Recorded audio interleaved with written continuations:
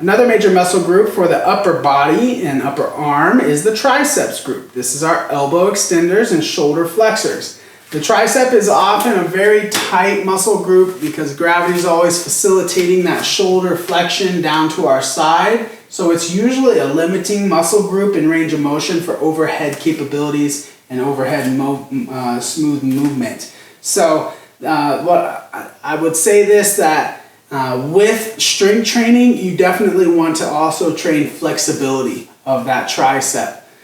For the strength training component and resistance training, we're simply going to elbow extend. I like to do this, especially at the beginning levels, from this position with the arm down to the side. You can certainly, and we'll cover different variations of the elbow extension exercise, but the safest way, especially for considerations of shoulder health and injuries in the health history, is going to be right here next to your side. It's also the most effective way because it's combining those two responsibilities of the tricep, which is elbow flexion, or elbow extension, and shoulder extension.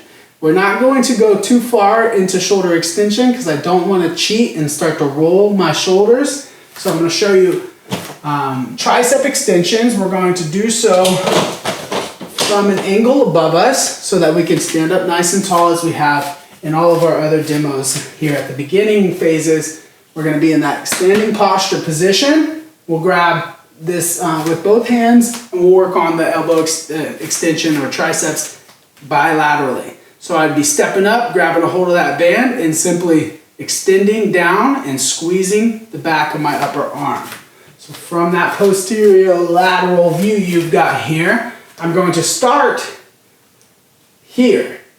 This part is not part of the exercise. That is probably the most common thing that I see people doing, is they start using that first part of the, it's not a full rowing motion. All we're doing is loading the elbows back into the upper arm position. The humerus then stays there as we move the lower arm with elbow flexion and elbow extension.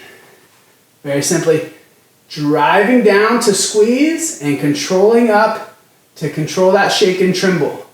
If you have a little bit of, if you're using this band version, you want to have a little slack between it so that you can bring that all the way back to about the pocket or back side, maybe your back pocket here, so that we get full elbow extension with shoulder flexion, shoulder extension, and we control in and out of that tricep training.